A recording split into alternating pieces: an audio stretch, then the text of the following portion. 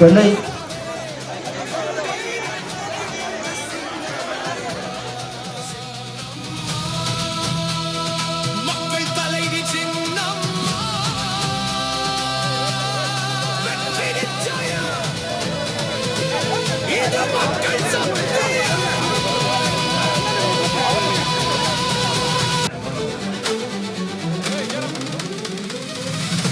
தற்போது திண்டுக்கல் மாநகருக்கு வருகை தந்த புரட்சித்தாய் சின்னம்மா அவர்களை கூட்டணி கட்சியினர் மற்றும் கழகத்தினர் பொதுமக்கள் பெண்கள் என ஒன்று திரண்டு எழுச்சிமிகு வரவேற்பளித்து வரக்கூடிய காட்சிகளை நாம் பார்த்து வருகிறோம்.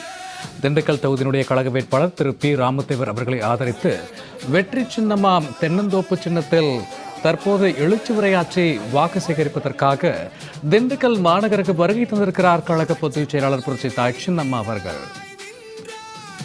கூட்டணி கட்சியினர் மற்றும் கழகத்தினர் பெண்கள் இளைஞர்கள் என ஒன்று திரண்டு புரட்சித்தாய் சின்னம்மா அவர்களை ஆரவாரத்துடன் எழுச்சிமிகு வரவேற்பளித்து வருகின்றனர். தற்போது கூடியிருக்கக்கூடிய பொதுமக்களிடையே புரட்சித்தாய் சின்னம்மா அவர்கள் எழுச்சி உரை ஆற்றி கழகத்தின் வெற்றி சின்னமாம் தென்னந்தோப்பு சின்னத்திற்கு வாக்கு சேகரிக்க இருக்கிறார்.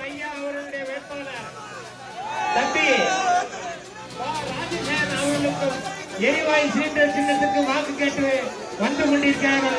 உங்கள் மேலான ஆதரவை தென்னந்தோப்பு சின்னத்திற்கு வழங்குமாறு அன்போடு கேட்டுக்கொள்கிறோம். நீங்கள் ஆவலுடன் எதிர்பார்த்த தற்போது புரட்சித்தாய் சின்னம்மா அவர்களை திண்டுக்கல் மாநகருக்கு முன்னதாகவே அமைந்திருக்கக்கூடிய கருப்பணசாமி கோவிலில் இருந்து 3 கிலோமீட்டர் தொலைவிற்கு பொதுமக்கள் கழகத்தினர் மற்றும் கூட்டணி கட்சியினர் ஆரவாரத்தோடு உற்சாக வரவேற்பளித்து வரக்கூடிய காட்சிகளை நாம் பார்த்து வருகிறோம். ஒட்டுமொத்தமாக காத்திருக்கக்கூடிய பெண்கள் மற்றும் கழகத்தினர் கூட்டணி கட்சியினர் என்னை வாழ வைக்கும் தெய்வங்களான அன்பு தாய்மார்களே, புரட்சி தலைவரின் ரத்தத்தின் ரத்தமான புரட்சி தலைவியின் வழிவந்த சிங்கங்களான என் உயிரினும் மேலான எனது அருமை உடன்பிறப்புகளே, பேரன்பு கொண்ட தமிழக வாக்காளர் பெருமக்களே, திண்டுக்கல் வாக்காளர் பெருமக்களே, அனைவருக்கும் முதலில் எனது நெஞ்சார்ந்த வணக்கத்தை தெரிவித்துக் கொள்கிறேன். கசைக்கு பிழைகின்ற திமுக மன்னர் ஆட்சியை வீட்டிற்கு அனுப்பிடவும் துரோக கூட்டத்தை வேரோடு அகற்றிடவும் இந்த தேர்தலில் களம் காண்கின்றோம்.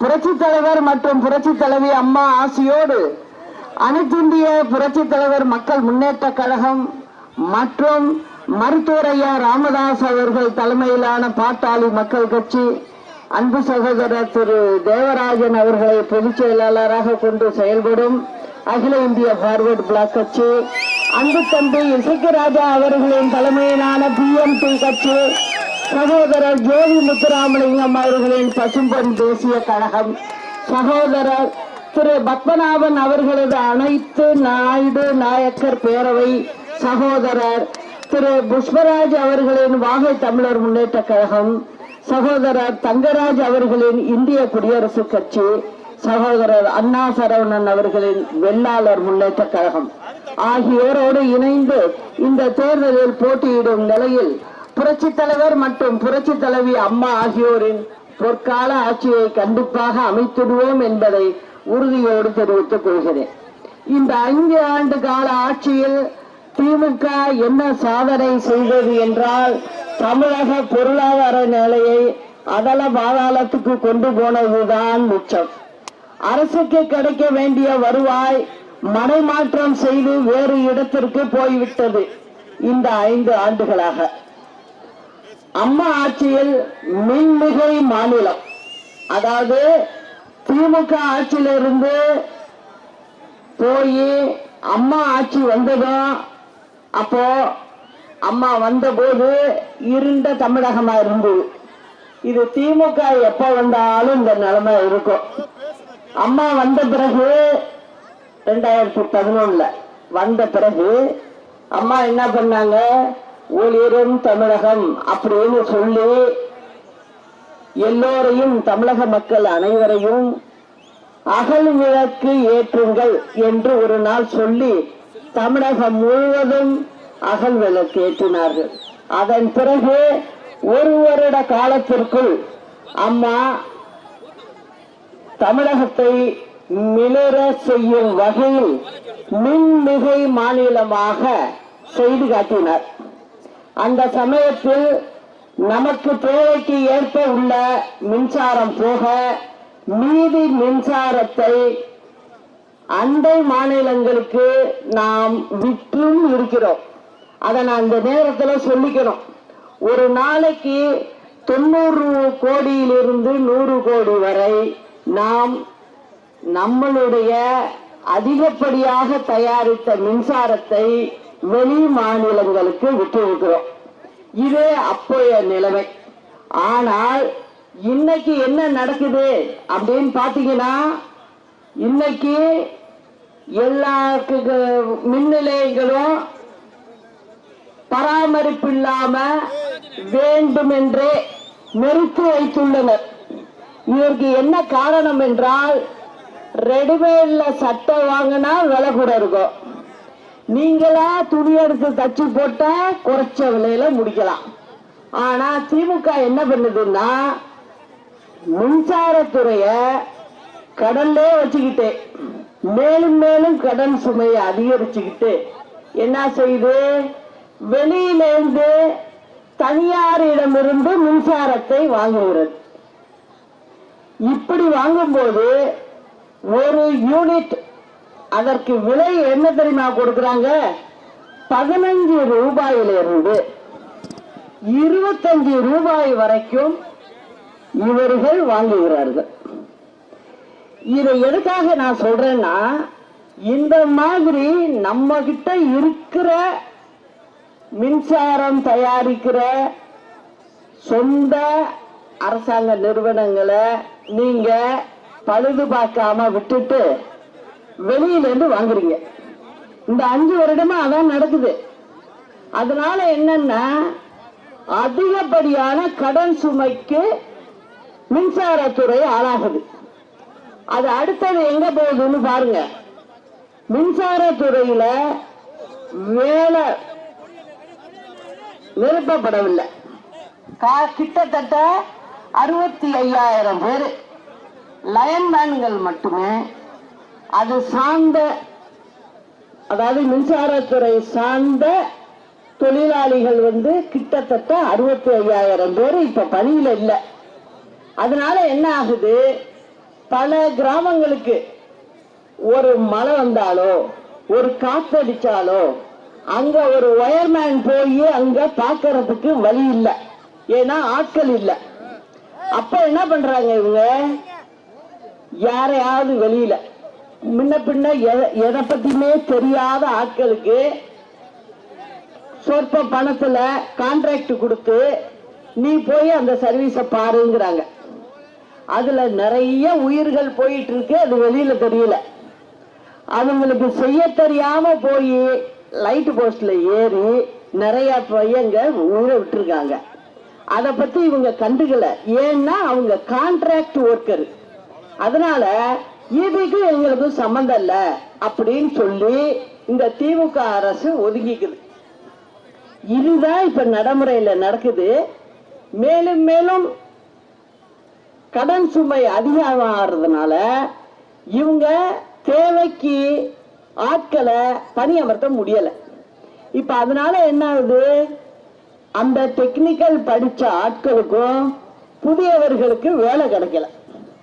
இதுதான் இவங்க வேலை கொடுக்கிற லட்சணம். இதான் மறைச்சு அவங்க வேற மாதிரி செஞ்சுக்கிட்டு இருக்காங்க. கடன் வாங்கறத பத்தி கொஞ்சம் கூட கவலைப்படல. ஏன்னா அது தமிழ்நாட்டில் வாழ்ற 8 கோடி மக்களுக்கும். இன்னைக்கு ஒரு குழந்தை பிறக்குதுன்னா அதுக்கு பிறந்தவனே 2 லட்சம் ரூபாய் கடன்ல தான் பிறகுது. அது யார் வீட்டு பிள்ளையா இருந்தாலும் 2 லட்சம் ரூபாய் கடன். ஏன்னா தமிழக மக்கள் வச்சுதான் கடன் கொடுக்கிறவங்களும் கொடுப்பாங்க.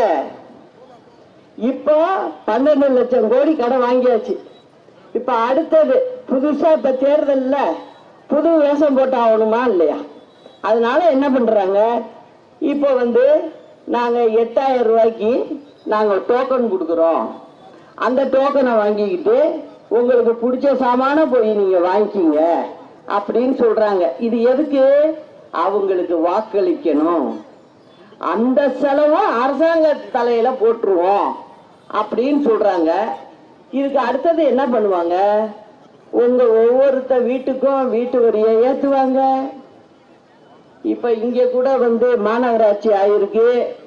மாநகராட்சி ஆனாக்க திண்டுக்கல்ல ரோடு வசதி அதுக்குன்னு ஒரு லெவல் இருக்கு. அதெல்லாம் பண்ணணும். அதெல்லாம் பண்ண மாட்டாங்க.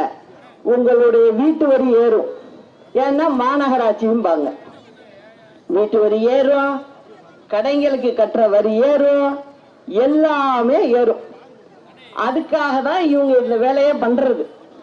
ஏன்னா அதுக்கு உரிய ஃபெசிலிட்டி, அதுக்கு உள்ள தரத்தை உயர்த்த மாட்டாங்க. அப்படியே தான் இருக்கும். ஆனா உங்ககிட்ட வீட்டுக்கு வீடு வரியெல்லாம் ஏத்திடுவாங்க. கேட்டா என்ன சொல்லுவாங்க? கார்பரேஷன் ஆயிட்டுல, மாநகராட்சி ஆயிட்டுப்பா, அதனால அதெல்லாம் எல்லாமே ஏறும் அப்படின்னு சொல்லிடுவாங்க. இதெல்லாம் இந்த திமுகவுக்கு கை வந்த கலை. இதை செய்யும்.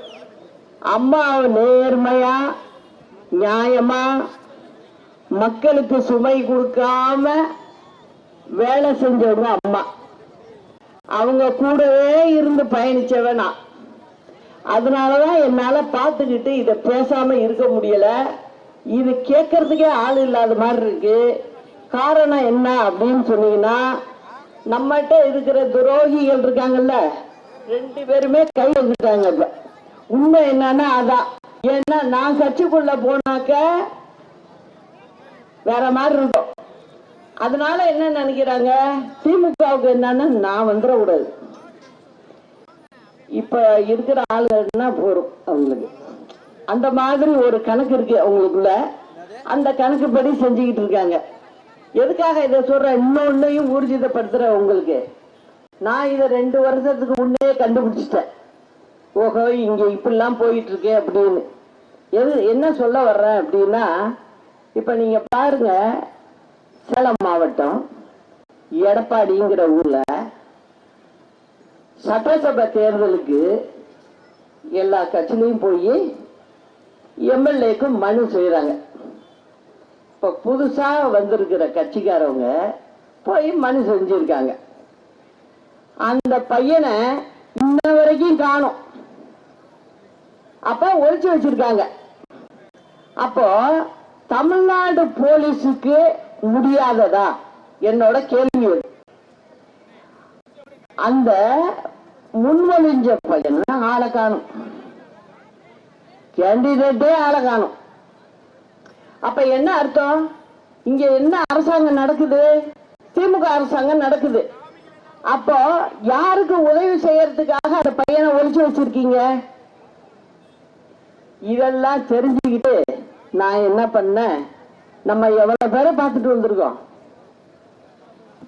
15 வருஷம் கூட இருந்து பார்த்திருக்கேன்ல எல்லாத்தையும். அதனால நாங்க என்ன பண்ணோம், நம்ம ஆளையும் தூக்குறதுக்கு இருந்திருக்காங்க. யாரு மனு செய்யறாங்கிறதே தெரியாம வச்சு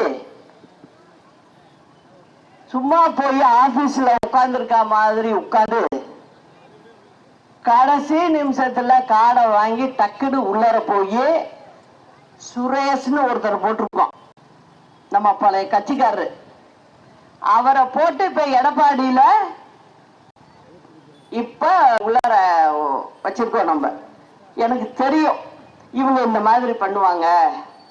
இது புது பையங்க, அவங்க அரசியலுக்கு வந்திருக்காங்க, நிச்சயம் இவங்க பண்ணக்கூடும். நம்ம ஆளையும் நிறுத்த விட மாட்டாங்க, அவங்க ஆளையும் நிறுத்த விட மாட்டாங்க. இது 2மே கூட்டு களவாணிகள் தான். திமுக உதவி பண்ணும் அப்படின்னு நான் நினைச்சேன். அதே மாதிரி பாருங்க அங்க நடந்துருக்கு. அப்போ தமிழ்நாடு போலீஸ் இன்னைக்கு ஒண்ணு சொல்லிக்கிறேன், அரசாங்கம் இன்னைக்கு இருக்கும், நாளைக்கு மாறும். நீங்க உங்க டியூட்டியை கரெக்டா பண்ணுங்க. லா அண்ட் ஆர்டர்ல கரெக்டா இருக்கணும். நீங்க தமிழ்நாடு போலீஸுக்குன்னு ஒரு பேர் இருக்கு, அந்த பேரை தயவு செய்து கெடுத்துக்காதீங்க. எல்லா ஸ்டேட்டுமே நம்ம ஸ்டேட்டை பார்த்து பயப்படுவாங்க. தமிழ்நாடு போலீஸுக்கிட்ட நம்ம கிட்டே போக முடியாது, அந்த அளவுக்கு கெட்டிக்காரங்க சொல்லுவாங்க. இப்ப என்னாச்சு, 48 மணி நேரத்துக்கு மேல ஆயிடுச்சு, இன்னும் பையனை காணோம். ஒழுங்கா கொண்டாந்து ஒப்படைக்கிற வேலையை பாருங்க. நீங்க அரசாங்கத்துல சம்பளம் வாங்குறீங்க, யாரும் சொல்லையும் கேட்காதீங்க. அப்ப உங்களுக்கு திறமை இல்லைன்னு நீங்களே ஊர்ஜிதப்படுத்துற மாதிரி ஆகும். எப்படி போலீஸால இன்னும் பிடிக்க முடியல, அந்த பையன் எங்க இருக்காங்க அப்படிங்கறத உங்களால கண்டுபிடிக்க முடியலையா? அப்ப போலீஸும் சேர்ந்து செய்யறீங்களா? யாருக்கு உதவி செய்யறதுக்காக நீங்க செய்யறீங்க? ஒரு முன்னாள் முதலமைச்சர் வேற கட்சிக்காரரு, அவருக்காக நீங்க செய்யறீங்களா? நீங்க எந்த கவர்மெண்ட்ல வேலை செய்யறீங்க? அப்ப என்ன கூட்டுத்தனமா பண்றீங்களா? எல்லாம் உங்களுக்கு பயம் இல்லைன்னா என்ன பண்ணணும்?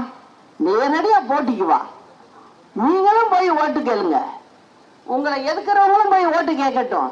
மக்கள் பார்த்து முடிவு பண்ற விஷயம் அது. மக்கள் தான் வாக்களிக்கணும். நீங்க ஒருத்தங்களை கிரவுண்ட்ல ஓடையே விடாம பிடிச்சிட்டு நான் தான் ஜெயிச்சேன், 4 ஓட்ட பண்ணதுல 4 பேர் ஓடும்போது நீனும் சேர்ந்து ஓடுன்ற, அதுல உனக்கு தைரியம் இருந்தால் ஜெயிச்சு காட்டுங்க. அதை விட்டுட்டு நீங்க ஒரு பையன் போய் எம்எல்ஏ தொகுதிக்கு நிக்கிறேன்னு சொல்லிட்டு பணம் கட்ட போகும்போது உள்ளார பையனே காணும், கட்டிட்டு வரா பையன் இல்லை. இப்போ அப்ப போலீஸ் என்ன பண்ணுது? போலீஸோட டியூட்டி என்ன? அப்ப போலீஸுக்கு, தமிழ்நாடு போலீஸுக்கு திறமை இல்லையா? அதை ஒத்துக்கிறீங்களா? அப்போ அந்த பையனை மறைச்சு வச்சு நிக்க விடாம பண்றதுக்கு இது என்ன நியாயமா? அது இதே போல பாத்தீங்கன்னாக்க நன்னிலத்திலையும் நடந்திருக்கு. நன்னிலத்திலையும் என்ன நடந்திருக்கு? அதிமுக முன்னாள் அமைச்சர் அங்கேயும் இதே போல ஒரு பையனை தூக்கிட்டு போய் வச்சு அங்க எல்லாம் தர்ணா பண்ணி, அங்க நம்ம கேண்டிடேட் தர்ணா பண்ணி ஆபீசரை கூப்பிட்டு அந்த பையன் மறைச்சு வச்சிருக்கிற இடத்துல இருந்து வாட்ஸ்அப்ல செய்தி அனுப்பிச்சிட்டான். என்ன இந்த மாதிரி போட்டு ஒரு இடத்துல வச்சிருக்காங்க, என்னை காப்பாத்துங்கன்னு. அதுல டைம் வரும், அதை கொண்டுட்டு போய் எலெக்ஷன் ஆபீஸ்கிட்ட கொடுத்து ஒழுங்கு மரியாதை பண்ணலைன்னா கோர்ட்டுக்கு போவோன்னு சொல்லி அந்த பையனை விட்டு நேத்திக்கு அந்த தொகுதியை ஒத்துக்கிட்டாங்க. இப்போ உங்களுக்கு நேரடியா மக்கள்கிட்ட போய் வெற்றி பெறணும்னா நேரா வாங்க, போட்டியில கலந்துக்குங்க, நீங்களும் வாக்கு கேளுங்க, நாங்களும் வாக்கு கேட்கிறோம், மக்கள் எது விரும்புதோ போடட்டும். அதை விட்டுட்டு ஆளை தூக்கி மறைக்கிறது இதெல்லாம் தமிழ்நாட்டில எல்லாம் நடந்ததே இல்லை. இது எல்லாமே புதுசா இருக்கு. இப்போ போலீஸ்க்கு நான் திரும்ப சொல்றேன், முதல்ல பையனை கொண்டு சேர்க்கறதுக்கு பாருங்க. அது என்ன எடப்பாடியில நடக்குது, மந்திரிகள் இருக்கிற இடத்துல எல்லாம் நடக்குது. அப்ப என்ன அர்த்தம்? நீங்களே திருப்பி வரணும் அப்படிங்கிற நினைப்பு உங்களுக்கு இருக்கு. அத நிச்சயம் தமிழ்நாட்டு மக்கள் எல்லாத்தையும் கவனிக்கிறாங்க. மற்ற ஊரை விட தமிழ்நாட்டு மக்கள் புத்திசாலிங்க. மற்ற ஸ்டேட்டை விட பார்க்கும்போது அரசியல் ரீதியா விஷயம் புரிஞ்சவங்க. அதனால நிச்சயம் அவங்க என்ன செய்யணுமோ அதை கரெக்டா செய்வாங்க. அதை நான் திரும்ப ஏன் போலீஸ்க்கு இந்த அளவுக்கு அழுத்தி சொல்றேன்னா, இது நல்லதில்லை. தமிழ்நாடு போலீஸ்க்கே கெட்ட பேர் வரும். அது வராம பார்த்துக்கணும் அப்படிங்கிறத கேட்டுக்கிறேன். மற்றும் இப்ப பாத்தீங்கன்னாக்க நிறைய 2021 505 வாக்குறுதிகள் கொடுத்தாங்க. அதுல ஒரு 50% கூட நிறைவேற்றல. எல்லாம் போய் பித்தலாட்டம் தான். அதுல பாத்தீங்கன்னா பெண்களுக்கோ ஆண் பிள்ளைகளுக்கோ யாருக்கும் வேலை வாய்ப்போ ஏதோ உருவாக்கி கொடுக்கல. ஆனா என்ன சொல்றாங்க, நாங்க அதை பண்ணிட்டோம் இதை பண்ணிட்டோம், நான் 6 முறை 7 முறை வெளிநாடு போயிட்டு வந்துட்டேன் முதலமைச்சர், நாங்க நிறைய தொழில் கூடங்களை கொண்டு வந்துட்டோம் அப்படிங்கிறாங்க. தொழிற்சாலைகள்லாம் வரணும் அப்படின்னா இது போட்டி போட்டுக்கிட்டு வந்துச்சு அம்மா இருந்தப்ப. காரணம் என்னன்னா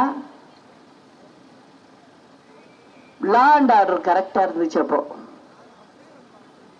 இன்னொன்னு மின்சாரம் தடை இல்லாம கிடைச்சது. அப்போ இப்ப ரெண்டுத்துக்குமே வழி இல்லை தமிழ்நாட்டுல. அப்படி இருக்கும்போது பெரிய கம்பெனிகள் இங்க வந்து இன்வெஸ்ட் பண்றதுக்கு வர்றதுக்கு யோசிக்கிறாங்க. ஒண்ணு. அது மட்டும் இல்ல, இப்ப நீங்க பாத்தீங்கன்னா ஸ்ரீபெரும்புதூர் தொகுதி, அங்கதான் தமிழ்நாட்டிலேயே அதிக தொழிற்சாலைகள் உள்ள இடம்.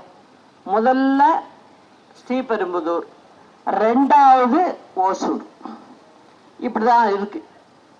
ஸ்ரீபெரும்புதூர்ல எல்லாம் இருக்கிறவங்க எல்லாம் மூடிட்டு போயிட்டு இருக்காங்க. என்ன காரணம்னா, அப்பா எம்பி ஸ்ரீபெரும்புதூருக்கு திமுகல, பையன் தொழில்துறை மந்திரி. அப்ப எப்படி இருக்கும்னு யோசிச்சு பாருங்க. எல்லாருக்கிட்டையும் போய் வசூல், அவங்க எல்லாத்தையும் ஏத்திட்டீங்க. நீங்க கரண்டை ஏத்திட்டீங்க, ஸ்டேஜ் சார்ஜ்னு ஒண்ணு ஏத்துறீங்க. அவங்க இந்த பிரைவேட் கம்பெனி எல்லாம் நம்ம வீட்டு பிள்ளைகளுக்கு வேலை கொடுத்துருக்காங்க, அதையும் போய் கெடுக்குறீங்க. உங்களால வேலையும் கொடுக்க முடியல. ஒரு பிரைவேட் கம்பெனி வந்து வேலை கொடுத்துக்கிட்டு இருக்கிறதையும் பூட்டு போட வைக்கிறீங்க. இதுதான் திமுக செஞ்சுக்கிட்டு இருக்கு இப்போ. அப்ப எல்லாம் வருவாங்க, அம்மா இருக்கும்போது வரும்போது எல்லா கம்பெனியும் ஃபாரின் கம்பெனி வரும், வெளிநாட்டு கம்பெனிகள் முதலீடு பண்ண வருவாங்க. அப்ப அம்மா சொல்றது ஒன்னே ஒண்ணுதான், எல்லா அதிகாரியும் கோட்டையில கூட்டு உட்கார வச்சு, அது சம்பந்தப்பட்ட அமைச்சரையும் உட்கார வச்சு நேரடியா சொல்லிடுவாங்க. 30 நாளுக்குள்ள அவங்களுக்கு கொடுக்க வேண்டிய பர்மிஷன் எல்லாம் கொடுத்துருங்க, அவங்க வேலையை ஆரம்பிக்கட்டும். அதை சொல்லிட்டு அடுத்த வார்த்தை அந்த கம்பெனி ஓனரை பார்த்து என்ன சொல்லுவாங்க தெரியுமா? வெளிநாட்டுல இருந்து வந்திருக்கவருக்கு, முதல்ல உங்களுக்கு தேவைப்படுற வேலை ஆட்களை தமிழ்நாட்டு பிள்ளைங்களுக்கு முன்னுரிமை, மேக்சிமம் நீங்க தமிழ்நாட்டில் உள்ளவங்களுக்கு தான் வேலை கொடுக்கணும். அந்த ஒரு உத்தரவாதம் மட்டும் எனக்கு கொடுங்க, நீங்க வேற எதுவும் செய்ய வேணாம். நான் ஏன் எதுக்க உட்கார்ந்துக்கிட்டு மந்திரியும் உட்கார வச்சுக்கிட்டு அதிகாரியும் வச்சுக்கிட்டு பேசுறேன்னா, யாராவது பணங்களும் கேட்டாங்கன்னா யாருக்கும் நீங்க கொடுக்க வேண்டாம், எங்க ஊரு பிள்ளைங்களுக்கு வேலை கொடுத்தா போரும் அப்படின்னு சொல்லிதான் அத்தனை கம்பெனிகள் இங்க வந்தது. அதனாலதான் அந்த கம்பெனிகள்ல எல்லாம் வேலை பார்க்கறாங்க. கார் கம்பெனியை பொறுத்த வரைக்கும் பாத்தீங்கன்னா, எல்லா வண்டிக்கும் உரிய சீட்டு பெல்ட்ல இருந்து நம்ம உலகத்துல இருந்து தான் போகுது, உலகம் பூரா போகுது. அதுல வந்து 6000 பேரு 8000 பேருன்னு ஒரு 10ஆம் கிளாஸ்ல இருந்து 12ஆம் கிளாஸ் படிச்ச பிள்ளைங்க எல்லாம் போய் வேலை செய்யுது. வெளியூர்ல இருந்து வந்த பிள்ளைங்களுக்கெல்லாம் அம்மா தனியாவே அவங்களுக்கு ஹாஸ்டல் வசதி தனியா பிரைவேட்டா பண்ணி கொடுத்துருக்காங்க. அங்க தங்கிக்கிட்டு அந்த பிள்ளைங்க வேலைக்கு போகணும்னு. இதெல்லாம் செஞ்சது அம்மா. சும்மா நீங்க ஊருக்கு ஊரு மீட்டிங்க போட்டுக்கிட்டு அரசாங்க பணத்துல உங்க கச்சை வளர்க்கறதுக்கு உண்டான மீட்டிங் தான் 5 வருஷம் போட்டிருக்காங்க. கவர்மெண்ட்டுக்காக எந்த வேலையும் பண்ணல இந்த திமுக அரசாங்கம். இது எல்லாத்தையும் உங்கள்கிட்ட சொல்லிட்டேன். நிறைய படிச்சவங்களும் இருப்பீங்க, இங்க பாமர மக்களும் இருப்பாங்க. எல்லாருக்கும் பொதுவாதான் சொல்றேன், நீங்க எல்லாரும் சேர்ந்து ஒரு நல்ல முடிவை எடுத்து செய்யணும். எப்போதுமே ஒண்ணு, துரோகிகளுக்கும் இடம் கொடுக்க கூடாது. அது யாரா இருந்தாலும் சரி கொடுக்க கூடாது. எதிரிய நான் ஏன் நினைக்கிறேன் அப்படின்னு சொன்னா, திமுக சொல்றது ஒண்ணு செய்யறது ஒண்ணா இருக்கு. திருந்தின பாடு இல்லை. அவங்க மக்களை ஏமாத்தி பழச்சிக்கிட்டு இருக்காங்க, அதுக்கு வழிவிடக்கூடாது. அததான் நான் உங்ககிட்ட நான் திரும்ப திரும்ப சொல்றேன். இங்க வந்து திண்டுக்கல்ல மாநகராட்சியாக தரம் உயர்த்தப்பட்டு போதிய நிதி ஆதாரங்கள் கிடைக்காமல் அடிப்படை வசதிகள் கூட பூர்த்தி செய்யப்படாமல் உள்ளது. திண்டுக்கல்லை ஒட்டிய புறநகர் பகுதியில் புதிய பேருந்து நிலையம் அமைக்க கோரிக்கை வச்சிருக்காங்க, அதுவும் செஞ்சபாடு இல்லை. பாதாள சாக்கடை திட்டப்பணிகள் அரைகுறையாக இருப்பதால் விபத்துகள் தொடர்ந்து ஏற்படுகிறது. மழைநீர் வெளியேற முறையான வடிகால் வசதி இல்லை. திண்டுக்கல் மாநகராட்சி தற்போது ஊழல் மற்றும் முறைகேடுகளின் ஒட்டுமொத்த அங்கமாக திகழ்கிறது. கடந்த ஆட்சியில் தொடங்கப்பட்ட அரசு மருத்துவக் கல்லூரியில் சிறந்த மருத்துவர்களையோ மருத்துவ பேராசிரியர்களோ இதுவரை பணியில் நியமிக்கப்படவில்லை. மாணவர்களின் கல்வித்தரமும் எதிர்காலமும் கேள்விக்குறியாகி உள்ளது. மாவட்ட நிர்வாகம் மாற்றுத்திறனாளிகளை கணக்கெடுக்கும் பணியையே நடத்தாமல் கைவிட்டுவிட்டனர். இதற்கான நியமிக்கப்பட்ட அதிகாரி தற்போது இந்த பணியிலேயே இல்லை என்பது வேதனைக்கு உரிய விஷயமா இருக்கு. அதை இல்லாம நல்லா பாருங்க, போன முறை அவங்க 21 தேர்தல் அப்ப வாக்குறுதி தான் 505 கொடுத்தாங்கல்ல. இந்த 525 இப்பெல்லாம் கொடுக்கறது எதுக்கு அப்படின்னா நம்மளே மறந்துடுவோம்ல, ஜனங்கள் மறந்துடும்ல, அதுக்காக கொடுக்கறது தான். அப்ப வாக்குறுதி எண் 211 அப்ப கொடுத்துருக்காங்க. திண்டுக்கல்லில் தோல் பொருட்கள் பூங்கா அமைக்கப்படும். அமைச்சிருக்காங்களா இங்க? இல்ல இல்ல, ஆனா சொல்லியிருக்காங்க. நல்ல எழுத்துலயே கொடுத்துருக்காங்க, அவங்க புஸ்தகம் போட்டு கொடுத்துருக்காங்க இல்லையா, அதுலயே இருக்கு. அப்புறம் வாக்குறுதி எண் 227 காற்றாலை மின்சாரம் இங்க திண்டுக்கல் பகுதியிலேயே இப்ப உற்பத்தி ஆகுது. அதுக்கு சிறப்பு மின் வழித்தடங்கள் அப்படின்னு ஒண்ணு கொடுத்தாகணும். அது கொடுத்தாதான் அந்த பிரைவேட்டுக்காரவங்க கரண்ட் தயாரிக்கிறது ஒழுங்கா அது நம்ம ஸ்டேஷனுக்கு சேரும், இல்லைன்னா சேராது. அதை செய்யணும். இதெல்லாம் அம்மா இருந்தப்ப செஞ்சாங்க. அங்க இது கைத்தாறு, தூத்துக்குடி இந்த சைட்லாம் இருந்தது இல்லையா, கன்னியாகுமரி இதெல்லாம் அப்ப உடனே செஞ்சிட்டோம். அதெல்லாம் இது செய்யல. அடுத்தது 441 என்ன சொல்லியிருக்காங்க, திண்டுக்கல் கம்பம் கூடலூர் வழித்தடத்தில் புதிய அகல ரயில் பாதை அமைக்க மத்திய அரசை வலியுறுத்துவோம். மத்திய அரசு தயாராக இல்லை என்றால் ரயில்வே துறையிலிருந்து தடையில்லா சான்றிதழ் பெற்று மாநில அரசு இந்த முக்கிய ரயில் பாதை திட்டத்தை நிறைவேற்றும். அந்த மாதிரி யாருமே செய்ய முடியாது. அப்ப எந்த அளவுக்கு துணிச்சலா சொல்றாங்க பாருங்க. இது மாநில அரசு செய்ய முடியாது, ரயில்வே செய்யறது மத்திய அரசு தான் செய்ய முடியும். அதுலயும் எழுத்துலயே ஒரு பொய்ய சொல்லியிருக்காங்க. ஆனா நான் என்ன சொல்றேன், மத்திய அரசு யாரா இருக்காங்களோ என்னமோ, அது ஒரு அரசாங்கம். அரசாங்கத்துல போய் கேட்க வேண்டிய பொறுப்பு நம்மளோடது. ஏன்னா நம்மளுடைய வரிப்பணமும் மத்திய அரசுக்கு போகுது. அதுல இருந்துதான் அவங்க நமக்கு நிதியை திருப்பி கொடுக்குறாங்க, அவங்க சும்மா கொடுக்கல. அப்படி இருக்கும்போது நம்ம தான் போய் கேட்கணும். நீங்க கேட்காம நீங்க குறைய மட்டுமே சொல்லிட்டு இருக்கீங்க. அது தவறான விஷயம். யார அம்மா அப்போ மத்திய அரசோட அம்மா இணக்கமா இல்லை.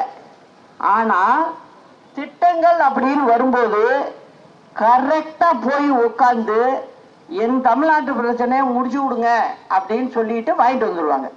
அதுதான் ஒரு முதலமைச்சரோட வேலை. ஏன்னா மக்கள் அவங்கள நம்பி ஆட்சியை கொடுத்துருக்கு. அப்படி இருக்கும்போது நம்ம செஞ்சாக வேண்டிய கடமை நமக்கு இருக்கு.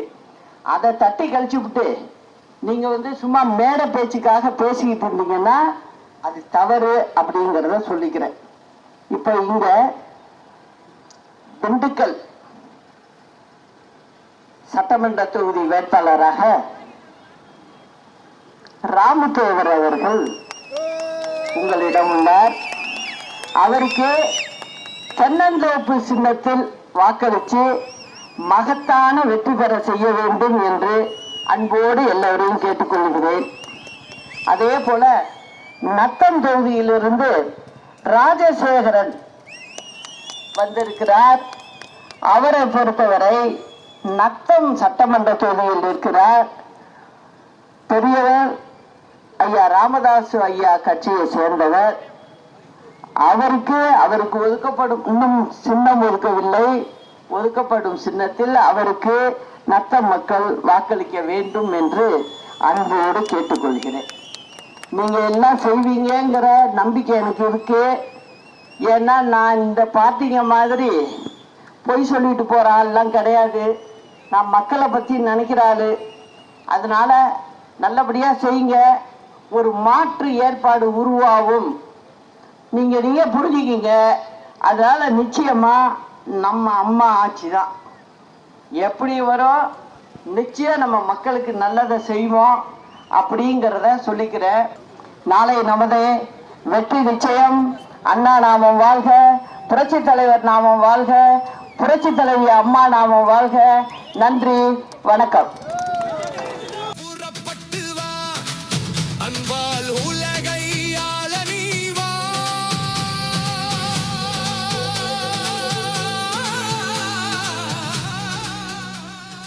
திண்டுக்கல் மாநகருக்கு வருகை தந்த புரட்சித்தாய் சின்னம்மா அவர்களை திண்டுக்கல் மாநகர கழக வேட்பாளர்கள் மற்றும் கூட்டணி கட்சியினர், பொதுமக்கள், பெண்கள் ஆரவாரத்தோடு சிறப்பாக வரவேற்றனர்.